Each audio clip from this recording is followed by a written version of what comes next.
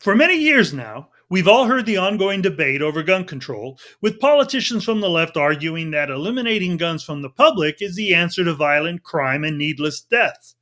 I, on the other hand, believe that crime doesn't happen simply because guns are available, but rather because some people simply choose to be criminals. Hence, instead of fighting to get rid of guns to supposedly solve the problem of rising crime, shouldn't we just focus on getting the criminals off the streets? Well, let's talk about that.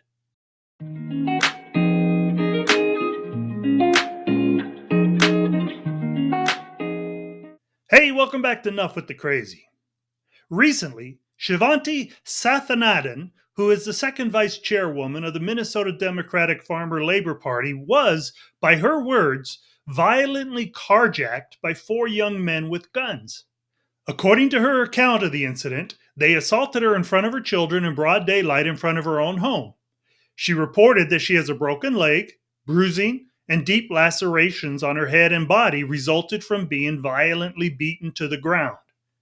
Now, she is a liberal woman who in the past has strongly advocated for the dismantling of the police on her Facebook page by saying, quote, "We are going to dismantle the Minneapolis Police Department."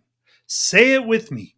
Dismantle the Minneapolis Police Department. As allies, what can we do right now? Listen and learn from our black siblings, and then amplify this message right now, in this moment. MPD has systematically failed the black community. They have failed all of us. It's time to build a new infrastructure that works for all communities. If you are still disagreeing with that basic fact, I'm not sure what to say to you. Let me also say at this time that I found it very suspect that she made a point to not mention the race of the four men in her post, as I'm sure that she gave that information to the police. But despite that, and not surprisingly, she is now singing a different tune about the justice system that she once complained so much about. According to a Fox News article dated September 8th, she is quoted as saying the following: "These men knew what they were doing. I have no doubt that they have done this before. Yet they are still on our streets, killing mothers, giving babies psychological trauma that a lifetime of therapy cannot erase, with no hesitation and no remorse. I'm now part of the statistics. I wasn't silent when I fought these men to save my life and my babies, and I won't be silent now.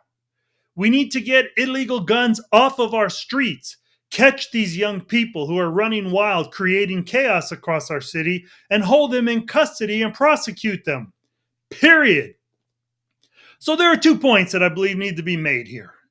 First, as is the usual practice of liberals, she uses her horrible incident to promote the left's anti-gun talking point. Everything according to the left is the result of people owning guns. But is that really true? If those four young men didn't have guns, would they then not have carjacked her? Or would they simply have used clubs or knives? And that's the second point that I believe needs to be made. You see, the left continually advocates that removing guns from the public solves all of our social violence problems. But history shows us that long before there were guns, there were always violent people who attacked the innocent. The only difference is that instead of guns, they used swords, crossbows, clubs, axes, and spears. Women were still violently abused, and whole villages of men, women, and children would at times be massacred by violence. Hence, the solution isn't that it is guns that need to be removed from the public, but rather it is the criminal that needs to be removed, such as Ms. Sathanathan concluded in her statement. So the reality is that the problem we face with crime is not defined by guns, but by what is rooted in the heart of the individual. You see, within each of us dwells the capacity to do what is wrong. But how we each respond to what it is that we've been taught concerning what is right and wrong is what dictates whether we choose to do right or wrong. In the past, we had a clear societal expectation of good behavior, and that helped to enforce good choices within the majority as children were raised to meet that expectation. But unfortunately, today, we live in a society that for the most part no longer promotes a deep sense of moral integrity. The standard of what is right or wrong is no longer a communally defined and accepted standard of behavior. And so now, many people will base their interpretation of right and wrong only by how they believe it will affect them and them alone. Because of this, an individual's sense of societal responsibility to conduct oneself in a moral, upright manner is being lost.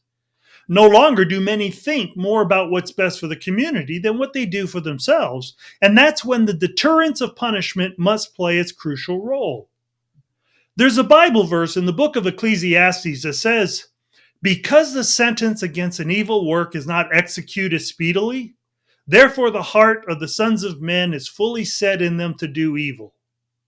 Now, believe it or not, this is a concept that we all agree with, because if we didn't, why then do we institute punishment upon our kids if they do wrong? Every parent, in some way or another, uses the concept of punishment to teach their kids the value of doing the right thing, as well as to motivate them to choose doing what's right over doing what's wrong. We even apply increasing levels of punishment as our children grow, because what used to work when they were 5 will not work when they are 16. As an example, when a child is 5, you might tell him that if he does not put his toys away, he won't get his snack cookie later. But when the child is 16, denying them a cookie wouldn't be something you expect would motivate them from choosing to do wrong. At 16, you would possibly ground your child for 2 weeks or not allow him or her to get their driver's license because they've done something that they knew was wrong. And we do that because we know it works. Every one of us has experienced our choosing to make a right choice because we didn't want to face the consequences of doing wrong. And that's where, in our current society, the problem of crime has become greater, because more and more the liberal trend is to excuse away wrong behavior instead of punishing it. When there is no accountability for bad conduct, there's less motivation for good conduct. Think of how this principle continues beyond our childhood years, as in our entire adult work experience, we are expected to conduct ourselves according to the rules of the workplace, or else we would be fired. Currently, there is no doubt that in many places crime and drug abuse is spiraling out of control, and that is because in those places they've removed the accountability of wrongdoing, thereby eliminating a person's fearful expectation of punishment for doing wrong. And why is it that with your children, you increase the level of punishment you would give them to match the level of expectation you had of them, but with criminals, you don't? It's interesting to me how many liberals, like this woman in particular, hold to the idea that the presence of police and a more severe punishment system doesn't really deter crime. In fact, they advocate that those things victimize the innocent. But if that is the case, why is it that whenever a crime happens to them or to someone they love, all of a sudden they both believe and advocate for the application of those things? Remember what this woman said. These men knew what they were doing. I have no doubts they have done this before. Yet they are still on our streets, killing mothers, giving babies psychological trauma that a lifetime of therapy cannot erase, with no hesitation and no remorse. We need to get illegal guns off of our streets. Catch these young people who are running wild, creating chaos across our city, and hold them in custody and prosecute them, period.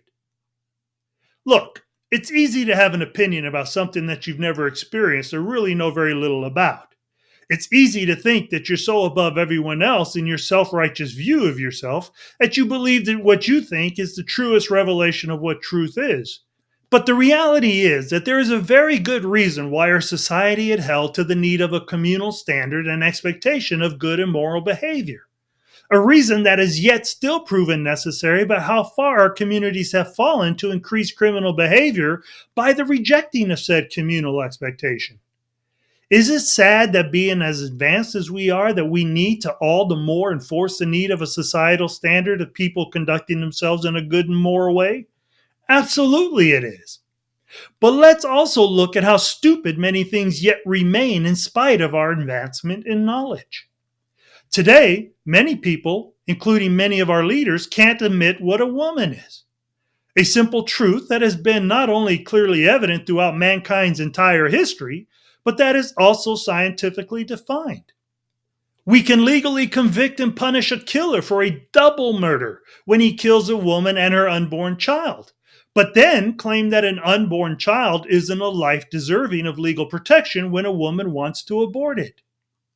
We claim that a man exposing himself to children at a park is legally punishable within the definition of lewdness, but then claim that fully naked men in a public pride parade exposing themselves in front of children is their legal right to express themselves.